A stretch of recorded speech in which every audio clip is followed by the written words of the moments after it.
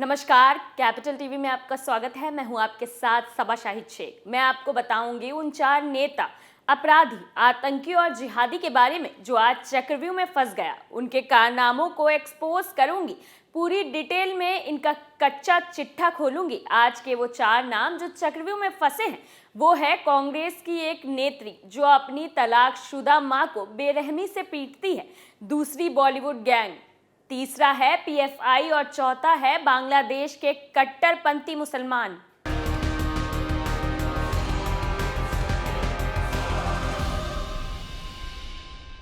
सबसे पहले बताते हैं 3 तलाक के बारे में। उत्तर प्रदेश के अलीगढ़ में बुजुर्ग महिला को 3 तलाक देने और उसके साथ मारपीट का मामला सामने आया है। 70 साल की महिला का आरोप है कि उन्होंने इस सिलसिले में शिकायत दर्ज कराई, लेकिन पुलिस की तरफ से कार्रवाई नहीं की गई। पीड़िता ने मारपीट का आरोप अपनी बड़ी बेटी पर लगाया है। उनका कहना है कि कांग्रेस की नेत्री उन्हें होने की वजह से पुलिस मारपीट करने वाली बेटी पर कार्रवाई नहीं कर रही है। पुलिस पर कार्रवाई न किए जाने के आरोप लगाते हुए पीड़िता एसएसपी कार्यालय पहुंची और न्याय की मांग करने लगी। मीडिया के सामने भी महिला रोते बिलखते हुए अपनी बात रख रही थी। महिला का आरोप है कि 10 जनवरी 2023 को उसके शौहर मुंशिफ अली और बेटी उसके घर पहुंचे। दोनों ने महिला के साथ मारपीट की। शौहर ने इस बीच महिला को 3 तलाक दे दिया। बेटी रूही खान ने कांग्रेस नेता होने का धौंस भी दिखाया। महिला ने बताया कि उनकी बेटी ने उनकी बुरी तरह पिटाई की है। उनके पास घटना का वीडियो भी है। महिला का आरोप है कि घर की बिजली काट दी गई है। उनकी बेटी रात को गुंडों को लेकर आती है और धमकी देती है। महिला ने उत्तर प्रदेश के सीएम योगी से न्याय की गुहार लगाई है।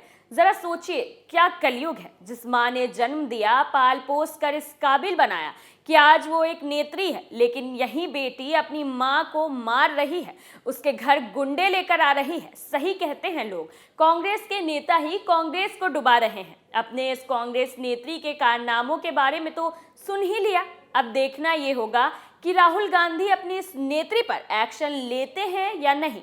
खैर, महिला ने सीएम योगी से गुहार लगाई है। अब इस कांग्रेस नेत्री की ऐसी खबर ली जाएगी कि उसे पता चलेगा मां बेटी के रिश्ते को शर्मसार करने की क्या सजा होती है। अब बात करते हैं बॉलीवुड बॉयकॉट की। उत्तर प्रदेश के मुख्यमंत्री योगी आदित्यनाथ ने प्रदेश का नक्शा बदल कर रख दिया है। हाल ही में सामने आए सर्वे में सीएम योगी को भारत का सबसे पसंदीदा मुख्यमंत्री बताया गया है। सीएम योगी ने प्रधानमंत्री पद और बॉलीवुड बॉयकॉट को लेकर अपनी प्रतिक्रिया दी है। पिछले कुछ महीनों से सोशल मीडिया पर बॉलीवुड बॉयकॉट ट्रेंड चल रहा है। इसके पीछे लोग बॉलीवुड को हिंदू विरोधी होने का तर्क दे रहे हैं। इस ट्रेंड के कारण पिछले 1 साल में बॉलीवुड की कई फिल्में बॉक्स ऑफिस पर धाराशायी हो गई। कुछ दिन पहले एक्टर सुनील शेट्टी ने सीएम योगी से बॉलीवुड का बॉयकॉट रोकने के लिए लोगों से अपील करने का आग्रह किया था। बॉलीवुड बॉयकॉट को लेकर सीएम योगी ने कहा कि अभिनेताओं और कलाकारों का सम्मान किया जाना चाहिए, लेकिन फिल्म निर्माताओं को भी जनता की भावनाओं का सम्मान करना चाहिए। उन्होंने कहा कि नोएडा में बनने वाला विश्व स्तरीय फिल्म सिटी सबको साथ जोड़ने का काम करेगा। सीएम योगी को बीजेपी में प्रधानमंत्री नरेंद्र मोदी के बाद दूसरे सबसे लोकप्रिय नेता के तौर पर देखा जा रहा है। नरेंद्र मोदी के बाद उन्हें प्रधानमंत्री पद का उम्मीदवार भी बताया जा रहा है। हालांकि सीएम योगी से इस बारे में पूछा गया तो उन्होंने कहा कि वो किसी पद की चाह नहीं रखते हैं। आगे उन्होंने कहा कि मैं एक योगी हूँ और योगी के रूप में ही अपना जीवन आगे बढ़ाना चाहता हूँ। मैं उत्तर प्रदेश की जनता की सेवा कर रहा हूँ। मेरी इच्छा उत्तर प्रदेश में ही रहने की है और बाकी कोई इच्छा नहीं है। आगे उन्होंने कहा, पीएम मोदी के नेतृत्व में देश की एक नई पहचान बनी है। पिछले 9 साल में मोदी सरकार की नीतियों से समाज के हर वर्ग को फायदा हुआ है। भाजपा ने जनता से किए गए वादों को पूरा किया है। अब समय आ गया है कि इन कार्यों के लिए प्रधानमंत्री नरेंद्र मोदी को धन्यवाद दिया जाए। आज़ादी के बाद पहली बार प्रधानमंत्री मोदी के नेतृत्व में देश की जन भावनाओं को सम्मान मिला है। उन्होंने कहा कि पिछले 9 सालों में देश के हर तबके को लाभ मिला है, ऐसी सरकार की नीतियों के कारण संभव हो पाया है। पीएम मोदी के नेतृत्व में बीजेपी एक बार फिर 2024 में सरकार बनाएगी। हिंदुत्व के पोस्टर बॉय के सवाल पर उन्होंने कहा कि वो ना तो नर्म हिंदू हैं और ना ही सख्त हिंदू हैं। उन्होंने कहा कि हिंदुत्व कभी कठोर या नर्म नहीं होता, ये सिर्फ हिंदुत्व है। उन्होंने आगे कहा कि सनातन धर्म भारत की आत्मा और पहचान है, यही भारत का राष्ट्रीय धर्म है। लेकिन इन सब से एक बात तो तय है कि अब बॉलीवुड वालों को सनातन धर्म का अपमान करने वाला गंदा खेल नहीं चलेगा। अब बात करते हैं अयोध्या श्री राम मंदिर की, जिसे बम से उड़ाने की धमकी मिली है और इसमें पीएफआई फंसता नजर आ रहा है। सबसे पहले आपको बता दूं, पीएफआई है क्या? पॉपुलर फ्रंट ऑफ इंडिया यानी पीएफआई का गठन 17 फरवरी 2007 को हुआ था। ये संगठन दक्षिण भारत के 3 मुस्लिम संगठनों का विलय करके बना था। इनमें केरल का national democratic front, Karnataka forum for dignity और तमिलनाडु का मनीथा नीति परसाई शामिल थे। पीएफआई का दावा है कि इस वक्त देश के 23 राज्यों में ये संगठन एक्टिव है। देश में स्टूडेंट्स इस्लामिक मूवमेंट यानी सिमी पर बैन लगने के बाद पीएफआई का विस्तार तेजी से हुआ है। कर्नाटक, केरल जैसे दक्षिण भारतीय राज्यों में इस संगठन की काफी पकड़ बताई जाती है। इसकी कई शाखाएं भी हैं। गठन के बाद से ही पीएफआई पर समाज विरोधी और देश विरोधी गतिविधियां करने के आरोप लगते रहते हैं। दरअसल अयोध्या में भव्य श्री राम मंदिर का निर्माण कार्य तेजी से हो रहा है। नेपाल से 2 शालिग्राम शिला भी अयोध्या पहुंच चुकी है। शिला की पूजा अर्चना के बाद श्री राम मंदिर न्यास को सौंपा जा चुका है। इस बीच राम मंदिर को बम से उड़ाने की धमकी दी गई है।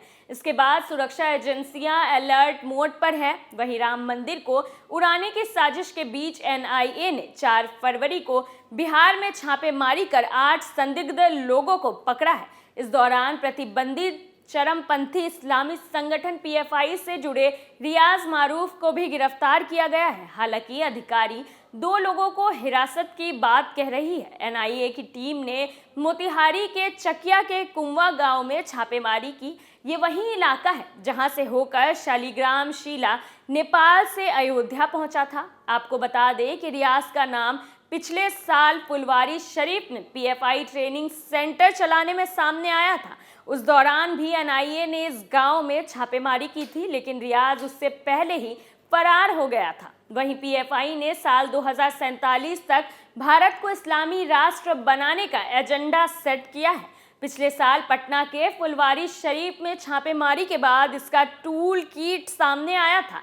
इसमें अयोध्या में बन रहे राम मंदिर की जगह फिर से मस्जिद बनाने की भी बात कही गई थी। श्री राम मंदिर को उड़ाने की बात कहने वालों पर अब तगड़ा एक्शन होगा। अब बात करते हैं बांग्लादेश के बारे में, जहां आए दिन हिंदुओं के साथ अत्याचार के मामले सामने आ रहे हैं। बांग्लादेश भी पाकिस्तान के मामले में कोई कम नहीं।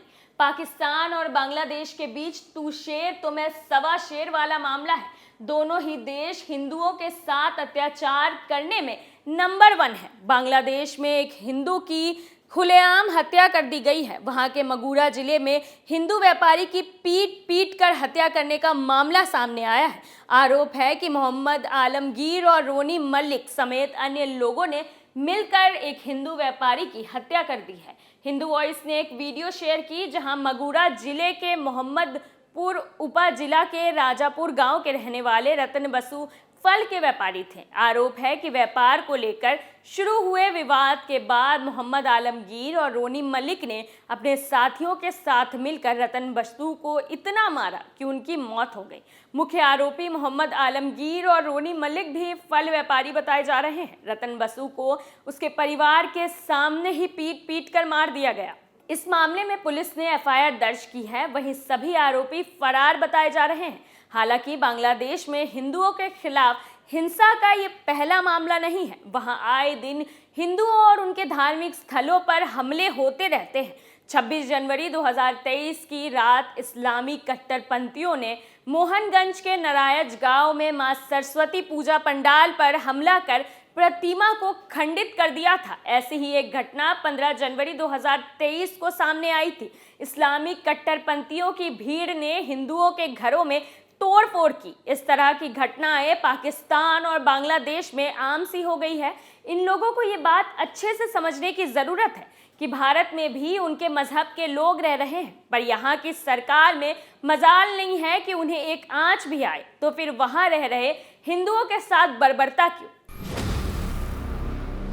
ऐसे लोगों के लिए आप क्या राय रखते हैं, हमें कमेंट्स करके ज़रूर बताएं। तो फिर इजाज़त दीजिए। चक्रव्यूह में मेरे साथ आज के लिए इतना ही। कल फिर कौन किसके चंगुल में फंसेगा, नए मुद्दों के साथ फिर पेश होंगे और दिखाएंगे कई और सनसनीखेज खुलासे। तब तक के लिए देखते रहिए कैपिटल टीवी। नमस्कार।